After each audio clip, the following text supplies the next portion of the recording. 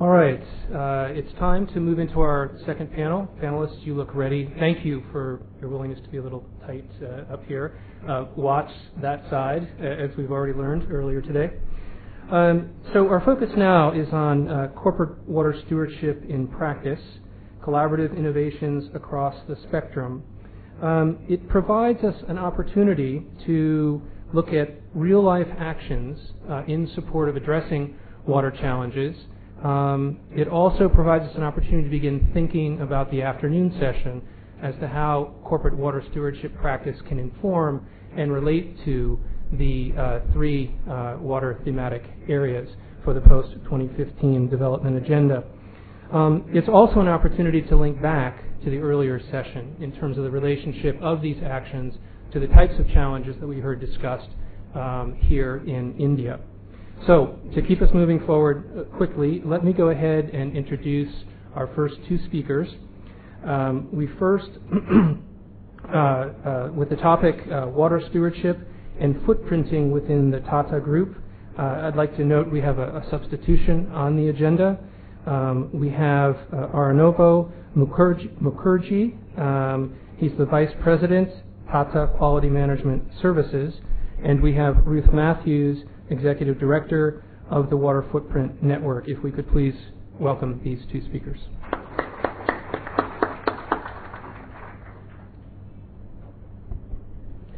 Hello, and thank you very much for the invitation to speak here today. And I feel very privileged to be able to speak here today because we are being hosted by Tata Steel, and over the last year, the Water Footprint Network has had the delight of engaging with 4 companies from the Tata Group, including Tata Steel. And so we're delighted to be able to share the work that the Tata Group is doing in water footprint assessment, and to do so in such a way that you can see how they are really incorporating corporate water stewardship, water sustainability in their business all the way from the facilities up to the leadership.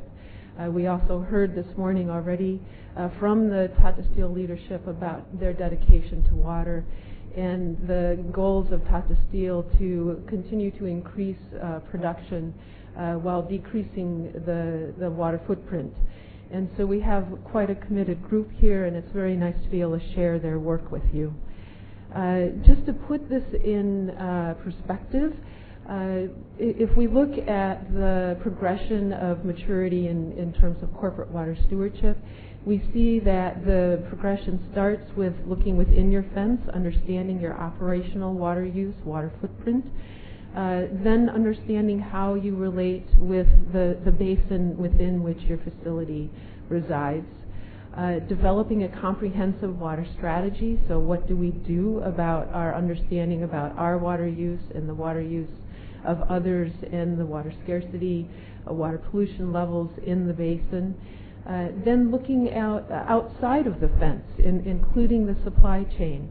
And this is a very important step because if you're dependent upon inputs from other producers, if they are facing water scarcity, if they don't have water security, if they're facing regulatory or reputational or financial risk due to water, then your business is also facing those risks because you're dependent upon those suppliers.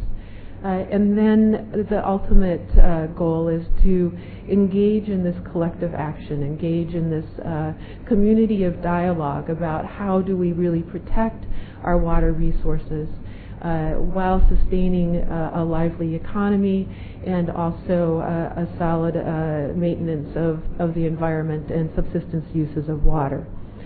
I present this because this is the progression that the Tata Group is going through with their water use.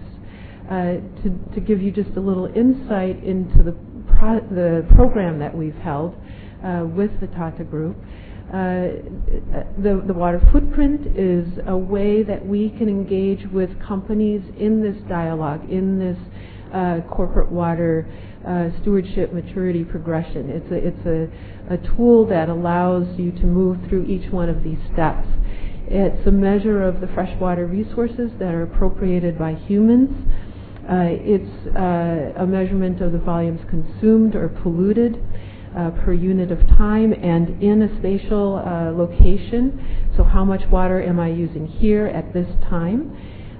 It also looks at both that direct, our operational water footprint, and that indirect water footprint, so in the supply chain.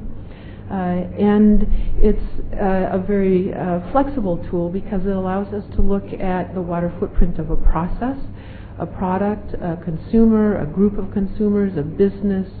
And so what we did with the Tata Group was we developed the water footprint for their facility, in many cases looking at each individual process.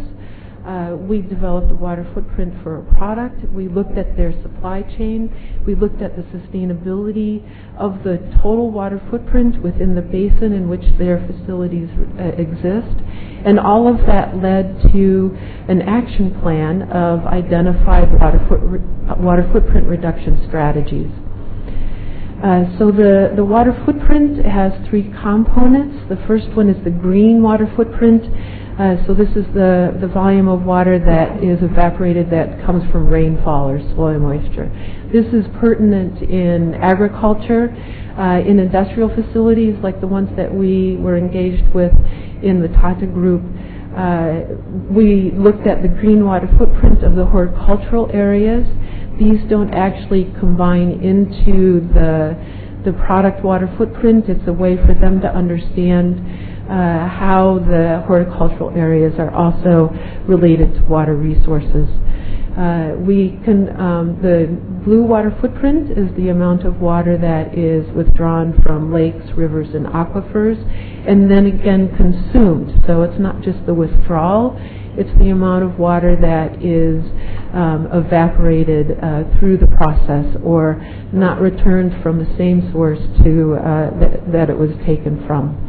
And then the gray water footprint is looking at the level of water pollution from the perspective of the load of pollution.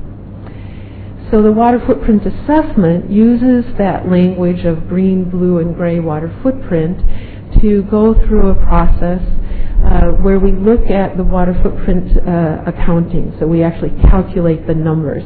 So this relates to that stewardship progression in terms of the direct understanding the direct water footprint and the indirect water footprint. Then we look at the sustainability of that water footprint. And that's looking both at physical sustainability, we can look at social and economic sustainability, we can look at the efficiency of that water use. So could that rice be farmed with a lower water footprint? Could that water be used more efficiently? Then we, through that process of understanding how much water is being consumed or polluted and the sustainability of that, then we can look at what are the strategic actions that can be taken. And those actions can be taken within the fence, they can be taken in the supply chain, they can be taken in the watershed, or they can actually be taken across multiple watersheds. So in the water footprint assessment engagement that the Water Footprint Network had with the Tata Group, we went through a process, and it was a very exciting and interactive process. This was not a case where the Water Footprint Network came in and calculated the numbers and presented the results to Tata.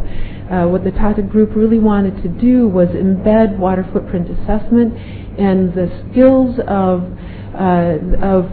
water and the knowledge of water in their facility staff, and so as well as in the leadership.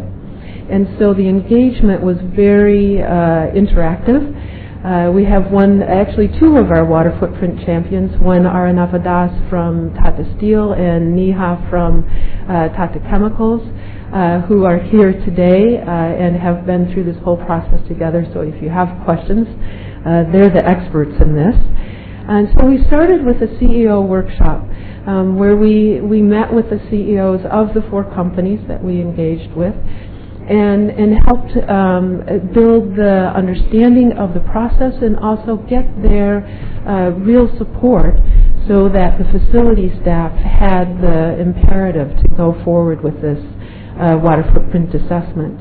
We then did a series of trainings of the water footprint champions like Arunovo and Neha, and this included several trainings over the series of about 6 months. We all went to each one of the sites.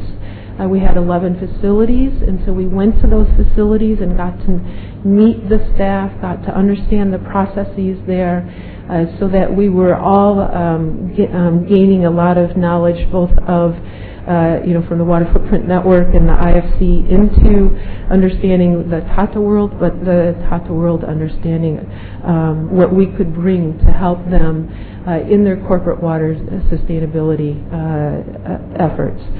So we followed this with a couple more detailed workshops as the teams went from the direct water footprint to the indirect to the sustainability assessment and the response formulation.